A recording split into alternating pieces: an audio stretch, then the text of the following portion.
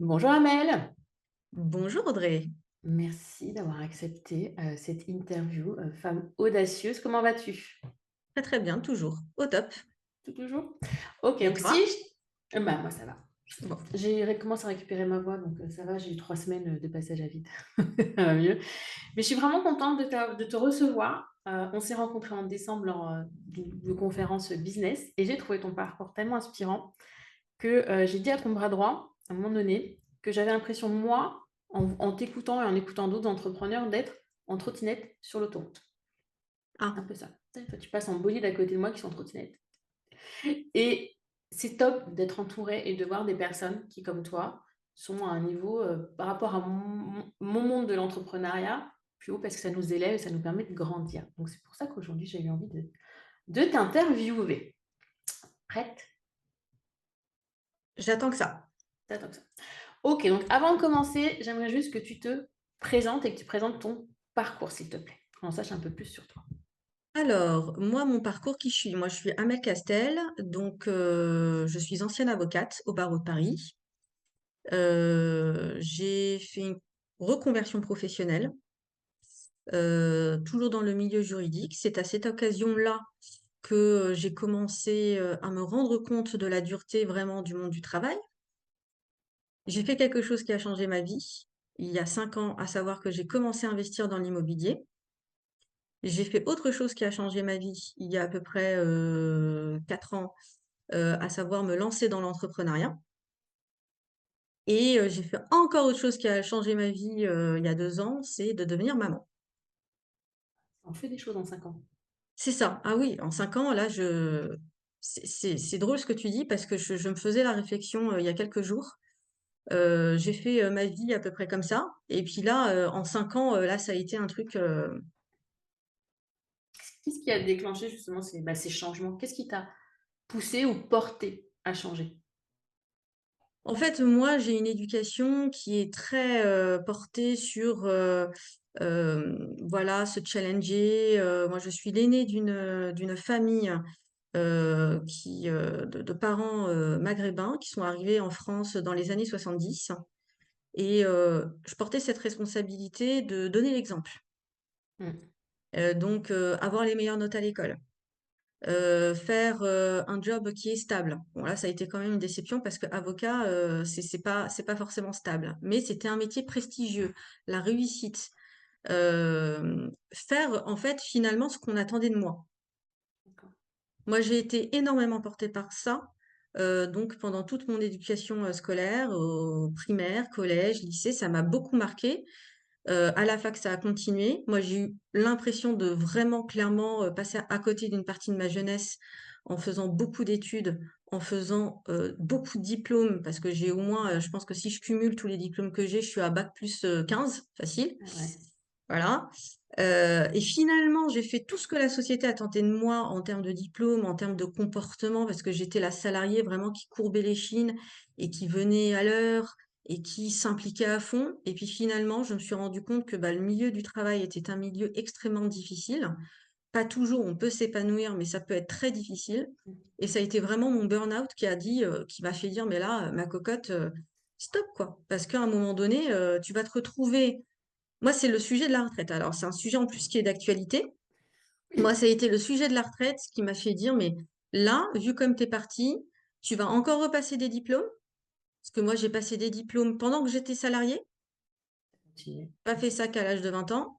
Et puis finalement, je me suis dit, je vais repasser des diplômes, je vais essayer d'avoir des mobilités professionnelles, je vais essayer. Mais il se peut que peut-être plus tard, à 60 ans, ben, je me dise, en fait, j'ai essayé plein de choses, mais je réussis pas forcément, j'ai pas la garantie de la réussite. Et en fait, j'ai vraiment creusé et je me suis dit, en fait, le problème, c'est que je suis dans un système, je me mets dans un système où je dépends des autres. Lorsque tu fais des études et que tu vas dans une entreprise, alors attention, je dis pas qu'il y a que des gens malheureux en entreprise, c'est pas le propos. Mais moi, j'ai constaté que je faisais du 8h, 18h à travailler pour une entreprise et j'ai passé mon temps à enrichir un employeur et à dépendre de l'appréciation d'un manager. Si tu tombes sur un manager qui est top, tout va bien. Si tu tombes sur un manager qui te fait vivre l'enfer, mais ta vie est un enfer. Moi, j'ai vraiment vécu le burn-out. C'est ça qui m'a. Et en plus de ça, enfin, le burn-out pour moi, c'était vraiment une sorte de phénomène de mode de personnes qui étaient feignantes et qui voulaient pas aller au boulot. Voilà, ah, je suis en burn-out, ouais, ouais, enfin voilà. Et moi, quand ça m'est arrivé, je me suis dit, ok, j'ai compris. Mais c'est Et pas c'est ça ça. qui m'a fait. Moi, je me suis dit, il faut que je change de système de matrice, en fait. Donc, tu as touché le fond carrément, parce que burn-out, on peut rarement être plus bas. Donc, tu as dû toucher le fond, Oui. taper un bon coup pour remonter en fait, et toucher ce fond-là pour te rendre compte que bah, ta matrice, ton environnement, c'était pas possible et tu pouvais pas continuer comme ça. C'est ça, et ça a été une période très difficile, parce qu'en fait, ce qui est difficile dans le burn-out, c'est que c'est jamais que de la faute des autres. Et ce qui est difficile dans le burn-out, c'est que tu as peu de personnes de ton entourage qui peuvent le comprendre. Donc, tu te retrouves seule. Et voilà, et à un moment donné, tu es obligé de dédramatiser, parce que si tu restes à broyer du noir, bah, tu vas rester dans le noir, quoi. Mm. Donc, faut se faire violence, c'est ça qui est le plus difficile, mais après, moi, moi, j'ai des vieilles références. J'ai officiellement 25 ans encore, 25 ans hors taxe, hein. Mais moi, j'ai des vieilles références cinématographiques. Mais moi, ça a été vraiment l'œil du tigre, quoi. C'est-à-dire que je me suis dit, c'est une question de survie. Il faut que je change de matrice parce que si je retombe dans un système où je vais revenir du burn-out et je vais rechercher un autre job, bah, ça peut se passer très bien dans 2, 3 ans, mais ça peut très mal se passer soit avec des collègues, soit avec un manager ou casse ou quoi. Et en fait, surtout, pour aller plus en profondeur sur le sujet, ce qui me frustrait, c'est que j'apportais beaucoup de valeur, mais que j'étais pas reconnue à la hauteur de ma valeur. Je m'explique. Quand tu es sur un poste à 2 000 € net par mois et que tu bosses, tu bosses, tu bosses, tu es force de proposition, etc., toi, tu te dis, mais c'est pas normal que j'ai pas d'augmentation. C'est pas normal que je sois pas reconnue. Moi, je mériterais un poste à 5 000, 6 000, 7 000 euros, pourquoi pas. Mais tu restes bloqué, mais parce que tu restes bloqué sur un poste qui vaut 2 000 €. Oui. Et en fait, moi, je me suis retrouvée dans la situation où j'étais sur des postes qui valaient peu. Alors, 2 000 €, c'est un énorme salaire pour beaucoup de monde, mais par rapport à toutes les études et toute la valeur que j'apportais, je trouvais que c'était peu. Et en même temps, je créais rien à côté. Je, Pas je de valeur. restais sur un poste qui restait sur cette valeur-là. Mm. Il n'y avait pas de Or, développement. voilà, on va te lâcher 6 000 ou 7 000 balles si tu es sur un poste qui vaut 6 000 ou 7 000 balles. Et là, c'est là que j'ai compris avec ce burn-out que si je voulais gagner plus, si je voulais m'épanouir notamment professionnellement, personnellement, financièrement, eh bien, il fallait que j'aille sur des schémas où il y a de la valeur, où ça vaut beaucoup plus. Créer une entreprise, et d'ailleurs, on le voit, hein, les personnes les plus riches, les personnes qui brassent de l'argent, ce sont des entrepreneurs, ce ne sont pas des salariés.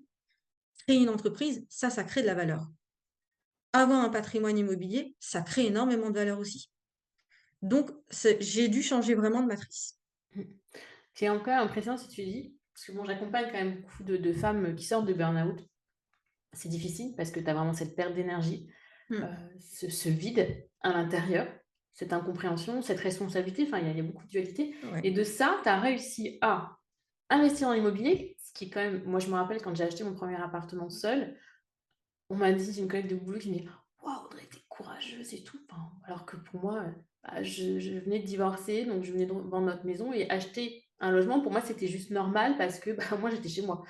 Même pas penser à l'immobilier, mais il y a beaucoup de gens qui voient l'investissement dans un bien immobilier comme du courage, de l'audace, enfin, etc. Mais toi, comment tu as fait justement pour avoir ce que tu n'avais pas investi jusque-là? Te dire, bah, j'ai investi de l'argent, j'ai investi mon argent dans quelque chose. J'ai du mal, moi, à visualiser les peurs des gens parce que je ne l'ai pas eu et que ça ne. Voilà, mais toi, tu as quand même dû avoir des questionnements, des doutes et des peurs. Et comment t'es passé outre? Parce qu'en fait, je me suis rendu compte que plus le temps passe, et plus en fait, tu auras toujours des doutes. En fait, quand tu as 20 ans, bah, tu veux pas forcément acheter quelque chose parce que bah, tu es trop jeune. Ah, mais les taux, ils sont trop hauts. Ah, les prix de l'immobilier, c'est pas intéressant. Ah, il faut faire attention parce que les locataires, ils cassent tout, ils dégradent tout. À 25 ans, c'est pas le moment parce que tu commences à rentrer dans la vie active, parce que tu as rencontré un chéri, parce que d'autres raisons. Ah, ben tiens, t'en as parlé à Tata Martine et Tata Martine, bah, sa copine. Josiane, bah, elle a eu un locataire qui a, fait des dégradations. Et puis, en fait, tu te rends compte que à chaque fois que tu veux te lancer sur un projet, quel qu'il soit, que ça soit l'investissement immobilier ou l'entrepreneuriat, ce ne sera jamais le bon moment. Tu retrouves ça aussi dans l'entrepreneuriat. dans tout. Des personnes qui veulent se lancer sur internet qui se disent: «Mais moi, je suis pas prête parce que j'ai pas, tourné, 20 vidéos YouTube. Maintenant, il me faut, quelqu'un, pour le marketing. Mon offre, elle est pas suffisamment irrésistible» et puis finalement, bah, moi, que ça soit l'investissement immobilier ou l'entrepreneuriat, sur internet, moi, je me suis lancée, je dis pas, comme ça sans parachute, sans rien du tout. J'ai anticipé un minimum les choses, mais je me suis dit: «OK, je saute dans la piscine, ça va être imparfait. Mon plongeon, il sera pas le plus beau. Si tu me prends en photo sur mon premier plongeon et bah, OK, le brushing est pas en place, je vais peut-être faire un plat, voilà, mais Mais au moins je vais atterrir dans l'eau, quoi». au moins, j'ai plongé. Je suis pas restée sur, Oui, là, à regarder ce qui se passe autour, quoi. c'est ça. C'est ça. Avec des prises de risques qui sont quand même anticipées, parce que, par exemple, si tu as 10 000 € de côté, que tu as 3 enfants et que tu veux te lancer dans du business en ligne et que tu prends toute l'épargne que tu as pour ta famille et que tu prends un crédit conso pour, voilà, bon, c'est pour moi, c'est pas la meilleure chose à faire. Mais si tu anticipes les choses, tu épargnes un peu pour lancer une entreprise ou pour investir dans l'immobilier, à un moment donné, il faut y aller. À un Oui. moment donné, tu es obligé d'y aller et moi, je me suis rendu compte que moi, l'investissement immobilier et être chef d'entreprise aussi, c'était quelque chose qui me trottait, mais depuis mon adolescence, en fait. Ah oui. Ah ben oui, je voyais des reportages. Quand j'ai été avocate, ça a été pire parce que j'étais mandatée par des magistrats pour faire des expertises judiciaires. Et donc, je me rendais dans des immeubles, dans des appartements haussmanniens parisiens où tu avais des gens qui avaient des fortunes immobilières. Alors, pour la plupart, c'était des gens qui sont issus de grandes familles, de riches familles. Et puis pour d'autres, bah, il y a des gens qui se sont construites par elles-mêmes, des personnes qui se sont construites toutes seules. Et je m'étais dit, mais en fait, finalement, je m'étais dit, mais pourquoi il y en a qui réussissent et pourquoi moi je réussirais pas? J'aime. J'aime ça. Je suis pas plus bête qu'une autre, en fait. Ah bah non. Non, Voilà. j'aime ça. Ah, donc ça, c'est quand même hyper inspirant ce parcours de, bah, je suis une femme, enfin une ado, une enfant, je suis un peu le chemin tout tracé, qu'on m'a tracé, pour ensuite, un jour, me réveiller en burn-out et me dire, mais qu'est-ce que j'ai fait de ma vie, quoi. En gros, c'est ça, j'ai perdu X années, j'ai fait ci, j'ai suivi le chemin, mais moi, j'ai perdu du sens et je ne sais pas où je vais, et de savoir rebondir. Donc là, je trouve que c'est hyper inspirant parce que du coup, tu es l'exemple comme quoi c'est possible. C'est possible, mais ça se fait pas, le déclic, ça a été mon burn-out, mais déjà ça résonnait en moi tout ça, depuis un petit moment et lorsque j'ai eu mon burn-out, j'ai pas, j'étais motivée pour me lancer, mais il a fallu y aller par étapes. Fallait que je me requinque d'un point de vue physique parce que j'avais perdu, une bonne vingtaine de kilos. J'ai commencé petit à petit à commencer à me réalimenter, à, retourner au travail, à, hop, tu vois? Petit à petit, hop, ça montait crescendo. Mais clairement, moi, c'était le déclic, j'ai dit: «Non, c'est bon, stop». Bah, je préfère limite vivre SDF, mais au moins en forme, en bonne santé, que de rester dans quelque chose qui me pourrissait la vie, quoi. Et qui te ruine complètement ta vie. Et si aujourd'hui tu avais des conseils à donner à des femmes qui nous écoutent, pour moi, dans ma communauté, elles sont souvent débordées, submergées par l'organisation, par le temps, en perte de sens pour beaucoup. Peu crise de la trentaine, crise de la quarantaine, je sais plus où je suis, voilà, comme ça. Moi, j'appelle ça le syndrome du Niagara, tu vois, j'ai suivi le flot, quoi, et puis d'un coup, je me retrouve au bord du précipice et je sais même pas comment je fais pour arriver là. Quels sont, toi, les conseils que tu pourrais leur donner à ces femmes? Alors, moi, je suis investisseuse, entrepreneuse. J'ai un petit loulou de 15 mois. Donc, être débordée, je sais ce que ça peut être. Voilà. Moi, le conseil que je donnerais, c'est vraiment d'aller au départ droit à l'essentiel et de déléguer ce que vous pouvez déléguer. Alors, celles qui sont monoparentales vont peut-être se dire: «Bah oui, OK, c'est facile à dire, mais un peu plus compliqué à faire». Mais, il y a un moment donné, moi, quand j'ai commencé à me lancer et aujourd'hui, hein, aujourd'hui, j'ai, 6 entreprises, et une vie de famille, et de l'immobilier. J'organise mon emploi du temps de manière, militaire et quand c'est plus le moment, c'est plus le moment. et aussi donc aller droit à l'essentiel, savoir déléguer aux bonnes personnes et donc c'est un sujet de recrutement. Je donne un exemple, typique, hein. Moi, je vis aujourd'hui dans une grande maison de plus de 200 carrés. Eh bien, il y a encore pas si longtemps que ça, je persévérais à faire le ménage de cette maison. Faut déjà Voilà. être motivé à prendre 200 mètres carrés, hein. Donc, moi, je sais que 200 mètres carrés, je ne prendrais pas parce que justement, je verrais la tonne de ménage à faire. Tu vois, Ouais, mais tu vois, c'est une stratégie aussi d'entreprise par rapport au siège social, et cetera.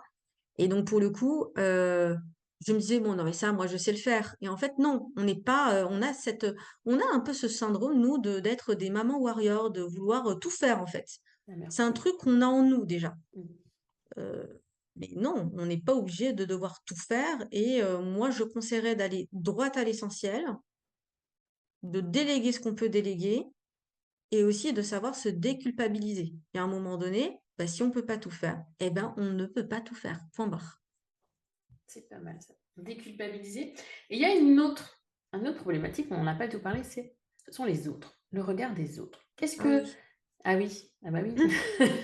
Tu sais, les autres, les on-dit, les machins, les trucs, qui vont te dire, ah mais quoi, tu quittes ton job salarié pour te laisser dans l'entrepreneuriat, mais t'es folle, t'es fonctionnaire ou autre.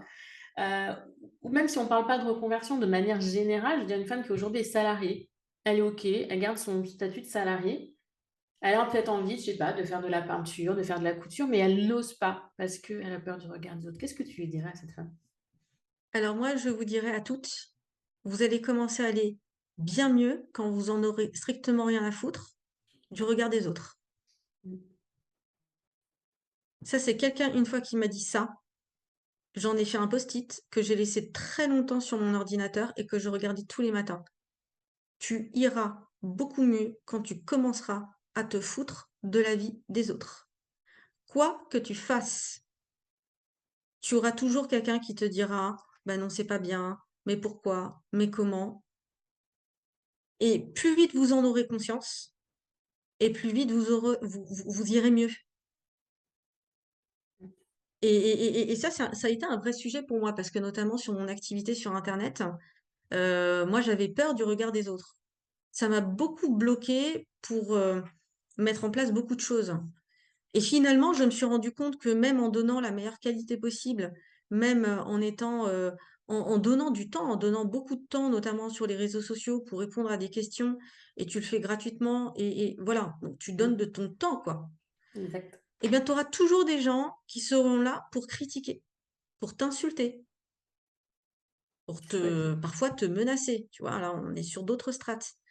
Mais clairement, moi, j'ai commencé à exploser mes objectifs lorsque j'ai coupé court à certains cercles qui étaient très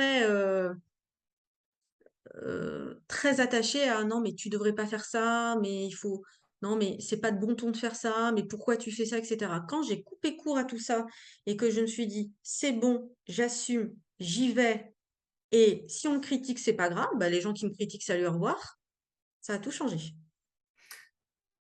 Quand même une sacrée force de caractère pour réussir à couper des relations, couper un cercle, tu vois, il y a bah, des fois, j'en discutais avec une personne que je coach, elle me dit oui, mais mes amis, tu vois, ils comprennent pas mon évolution. Quand je leur explique, ils me regardent avec des yeux ou toi, il faut avoir le courage quand même de couper, tu vois, ces relations, de se dire en fait, elles me servent pas en fait dans mon évolution, dans ma vision, mais elles sont un certain réconfort. Oui, mais tu vois, c'est très intéressant ce que tu dis parce que moi, je vais te donner ce qui m'est arrivé. Je vais te dire ce qui m'est arrivé, notamment sur l'investissement immobilier.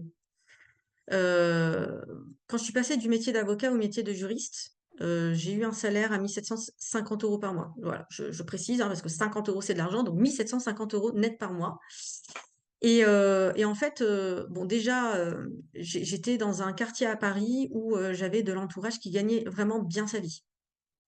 Parce qu'avant, j'étais avocate, je gagnais bien ma vie et quand on quitte le métier d'avocat, ben, on a beaucoup de charges de régul et cetera, donc on se retrouve sans son épargne. Donc je suis repartie de zéro et pour moi, la valeur des personnes n'est pas fonction de leur bulletin de paye. Bon, j'ai découvert déjà qu'il y a des amis qui ne pensaient pas forcément pareil Et surtout quand j'ai commencé à investir dans l'immobilier, donc moi j'étais sur un salaire à 1 750 et j'avais des amis qui, elles, gagnaient bien leur vie par rapport à moi, qui étaient à 4 000, 5 000, 6 000, et cetera. Bon bah OK, top, tant mieux pour elles et moi je fais mon chemin. Lorsque j'ai acheté mon premier bien à Paris, super belle affaire à côté de la place de l'Étoile, on m'a dit: «Ah bah ouais, bah c'est super Amel, c'est un coup de chance, c'est bien, bah, c'est bien pour, habiter là-dedans dans un premier temps et puis plus tard, tu loueras, hein. Bah, c'est bien, des félicitations». Ça a été un peu moins le cas au deuxième bien. Le deuxième bien, mais attends, mais comment ça Amel, tu as pu investir là, la banque, elle t'a prêté là 6 mois après ton premier achat, mais comment tu fais? Tu as une paye de misère. Moi, je gagne plus que toi et j'y arrive pas. Bah oui, mais j'ai beaucoup travaillé, j'ai beaucoup cherché, c'est vrai. En fait, là, j'étais tellement à un moment donné motivée sur l'investissement immobilier qu'en fait, mes centres de préoccupation avaient totalement changé. C'est-à-dire que, bah voilà, moi, les soirs où je partais avec mes copines pour aller boire un coup, aller au cinoche, aller voir des potes, etc. Je le faisais de moins en moins. Et moi, le week-end, ben, au lieu de faire ça, ben, je partais plutôt à des rendez-vous bancaires pour voir comment est-ce que je peux emprunter. Donc, petit à petit, moi, j'étais tellement à fond focus là-dessus que je faisais un peu moins d'activités avec des copines qui avaient pour seul centre d'intérêt de rencontrer des copains, de s'amuser, quoi. C'est pas une critique, mais c'était la réalité. Et au troisième bien, que j'ai eu 3 mois après. Mais Donc ça fait trois là, en un an, même pas. Ok. voilà, bah, c'est ça. Alors, pour info, sur Paris, j'en ai eu 5 en 2 ans. Là, laisse tomber. Et comment ils ont. Donc c'était quoi? C'est de la jalousie en fait. Je dirais pas, enfin, dire de la jalousie, je ne sais pas, c'est plutôt, je dirais pas de la jalousie, je dirais de l'incompréhension. C'est-à-dire, mais Amel, comment tu fais? Donc, j'avais beau leur expliquer, en fait, elles se disaient, mais moi,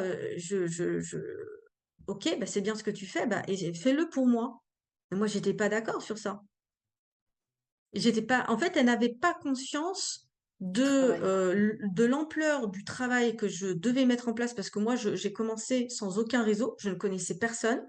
Mes parents n'étaient pas agents immobiliers, j'avais 0 épargne au départ et donc du coup, j'étais tellement motivée par l'investissement immobilier, donc déclic, burn-out et ensuite je me suis dit: «Bah, je veux structurer un peu mes sources de revenus, donc investissement immobilier». Comme j'avais un salaire faible, qu'est-ce que j'ai fait? Bah, j'ai commencé à faire des cours, du soir pour enfants. Oui. Et j'ai commencé à le faire, bah, le soir, j'ai commencé à le faire le week-end et puis finalement, comme ça me rapportait des sous, ça me permettait d'épargner et d'avoir du crédit et bien, du coup, j'étais dans un voilà, j'étais dans un cheminement, un mindset qui était totalement différent que de me dire: «Beh, je rentre du boulot, je pose mon sac, je me rafistole et je vais sortir». Et à un moment donné, la réalité, c'est que tu es plus en phase, en fait. C'est la question de l'épigénétique. Tu ne peux plus, si tu veux avoir des résultats hauts, tu peux pas rester avec des personnes qui vont te dire: «Mais comment tu fais? Mais c'est pas possible. Mais apprends, fais-le moi pour moi», qui te tire finalement vers le bas. Et moi, je parle de ça, mais ça peut être aussi bien les amis que la famille. C'est même pas des personnes qui te disent, bah, montre-moi comment faire. C'est des personnes qui te disent, enfin, moi, je sais pas, je te demanderais, bah, explique-moi comment tu as fait, quels sont tes trucs, apprends-moi, je te suis pendant X journées, tu me montres, voilà. Et non, les gens te disaient carrément, bah, fais pour moi. Oui, oui, mais c'est surtout que en fait, t'es plus en phase, en fait, Ouais, t'es plus en moralement face. avec T'es des plus. personnes qui sont pas dans ton délire. Moi, aujourd'hui, voilà, dans mon cercle d'amis, il y a des personnes qui sont salariées, il y a des personnes qui sont entrepreneurs, il y a des personnes qui sont investisseurs, voilà. Il y a des gens qui s'intéressent pas du tout à l'investissement immobilier, qui s'intéressent pas du tout à l'entrepreneuriat. Ben, par exemple, ne serait-ce qu'une partie de ma famille, moi, je leur raconte pas du tout le quart du tiers de la moitié de ce que je fais. Ils ne comprendraient Parce pas. que c'est pas leur vie, parce qu'ils vont pas comprendre. Non, puis bon, c'est bien aussi d'avoir ces relations autres. C'est ça, mais c'est ça qui est, oui, il y a une forme d'audace parce qu'il faut se dire: «Bon maintenant next quoi». Il Mm. faut avancer. Faut pas rester dans un truc là, où tu vas avoir un cercle. Alors je dis pas, quittez vos amis et puis foncez et allez ailleurs. Je dis juste que si à un moment donné vous sentez qu'il y a une relation qui devient un peu toxique, prenez peut-être un peu du recul et restez focus, restez hyper focus sur vos objectifs et de toute façon si les personnes elles vous aiment, elles vous suivent. C'est une belle Si c'est conclusion, ça sincère, veut dire. Ouais. bah, elle reste. Si c'est pas sincère, si elles sont pas intéressées, bah, elles prendront plus de vos nouvelles et ça va se faire naturellement. C'est pas faux. Si elle vous aime, elle reste. Et ben, quel joli partage, Amel. Vraiment, merci, parce que je trouve que c'est hyper inspirant de voir tout ça, se voir, bah, parfois, c'est, on est face à un mur et bah, de toute façon, tu passes au-dessus, tu passes sur les côtés, mais tu n'as pas le choix, quoi. T'avances, t'avances. Il n'y a Oui, pas et de puis bon moment. oui, et puis aussi, en particulier chez les femmes, j'ai l'impression qu'il y a vraiment, moi je l'ai vu en entreprise, il y a vraiment de base un manque de confiance. Un manque de confiance de base. Alors je dis pas que, attention, hein, je suis pas machiste, hein, mais moi j'ai vu en entreprise, en entretien annuel d'évaluation, les mecs ils veulent une augmentation, ils la demandent. Oui, oui, Les oui. nanas, elles en veulent une, bah, elles essayent de démontrer par A plus B pourquoi elles le méritent. Elles s'en donnent les moyens généralement par conscience professionnelle toute l'année et elles sont parfois pas suffisamment. Alors attention, hein, il y en a qui ont aucun problème de confiance en elles, Oui, mais beaucoup, moi je vois ça, c'est intrinsèque. C'est-à-dire que de base, intérieurement, il y a des barrières. Il y a personne qui met des barrières, c'est la personne qui se met des barrières. Et ça aussi, c'est un sujet. nous sommes notre plus grand obstacle. Parce que les C'est autres, ça, hein, donc c'est les autres, mais nos peurs, nos doutes, nos craintes. Tu l'as très bien dit tout à l'heure, il n'y a jamais de bon moment. Parce qu'on a toujours des doutes, on a toujours des peurs, on a toujours des craintes. Je pense que maintenant, malgré même si on a vu tout ton parcours, tu as encore des doutes, tu as encore des questionnements, tu as encore des peurs. ah bah, il y a toujours des choses qui sont imprévues, tu as toujours des échecs c'est l'ascenseur émotionnel en fait. Mais à un moment donné, faut l'accepter, comprendre que ça fait partie du jeu et être dans l'acceptation de gérer cet ascenseur émotionnel. Mais parce que croire que tu vois, il y a aussi ce discours, un peu trop, marketé de dire, «Bah, voilà, un jour je me suis lancée, un jour j'ai eu l'audace et puis hop, je m'en suis sortie et hop, maintenant tout va bien». C'est pas c'est pas totalement ça. C'est-à-dire que oui, tu changes de niveau, tu impulses les choses parce que tu t'en es donné les moyens, mais tu as d'autres problèmes. Mais comme tu as eu d'autres problèmes avant à un autre niveau, bah, tu dis: «OK, d'accord, bon, maintenant, c'est juste qu'il faut pas se dire: "Voilà, moi, j'ai envie de me lancer sur un projet, j'ai envie de me lancer sur du patrimoine immobilier ou de l'entrepreneuriat. Je me fixe un objectif d'avoir, peut-être 5 appartements ou peut-être d'avoir, 1 000 000 € de chiffre d'affaires sur ma boîte. Mais le jour où je vais réussir, eh ben super, tout va aller". Bah, non, il y aura d'autres sujets. Il faut en avoir conscience, mais ça, c'est avec l'expérience que ça vient. Et toujours Hmm. avoir cette persévérance. Persévérance de se dire: «OK, il y en a d'autres qui réussissent. Moi, je peux réussir moi aussi. Je ne suis pas plus bête qu'une autre. Le regard des autres, on s'en fout totalement et je reste hyper focus sur moi et les gens qui m'aiment, bah, ils me suivront de toute façon». Parfait. Merci. Merci, merci. Là, c'est parfait. Là, tu peux pas mieux terminer cet entretien avec ce que tu viens de dire. Est-ce que tu as quelque chose à rajouter? Ben non, si ce n'est ah bah, si, tu vois, je dis non et si ce n'est, ben, moi, je conseille aux personnes de te suivre, de voir ce que tu fais, parce que tu es une battante, parce que tu es Mhm. inspirante, que tu mets en avant, des personnes qui ont des expériences, très enrichissantes. Donc donnez-vous les moyens de parvenir à vos objectifs et il y a aucune raison que vous n'y arrivez pas. Et Exact. pour ça, suivez Audrey. Tu, tu, tu. Suivez-moi. Voilà. Et si vous voulez investir dans l'immobilier, vous suivez Amel parce que c'est pas moi. Même si on s'amuse un petit peu, mais bon, là n'est pas le sujet. Où est-ce qu'on peut te retrouver? Dis-moi. Comment on peut te retrouver, apprendre pour celles qui ont envie, qui ça titille, qui se disent ah ouais, tiens, pourquoi pas, etc., etc. Où est-ce qu'on te retrouve? Alors moi, on me retrouve sur Instagram, donc Amel Castel, il n'y en a qu'une. On me retrouve aussi sur YouTube et on Mhm. me retrouve aussi sur Facebook. En fait, on me retrouve un peu sur, voilà, un peu partout. Je Voilà. mettrai les liens dans le descriptif, hein, de toute façon, de l'épisode ou de la vidéo pour qu'on vienne à toi parce que, bah, pareil, hein, inspiration, vous avez vu à fond, voilà, motivation. Mais ce qui est beau, c'est qu'on a vu aussi, tu nous as partagé là aujourd'hui, bah, des parts d'ombre, des zones d'ombre de ta vie qui t'ont, en fait, qui ont été le terrain, la fertilité qui t'ont pu te permettre de grandir réellement et d'aller dans la direction où toi, tu t'épanouis. Parce que qu'on veuille investir ou pas, qu'on veuille être entrepreneur ou pas, ce qui compte, c'est qu'on soit épanoui et heureuse. Et là, on peut avoir été en burn-out, on peut avoir suivi un chemin, on peut se réveiller à 40, 50, 30, peu importe, mais c'est possible. Mmh. Oui. Merci Amel, Merci, à à bientôt. bientôt.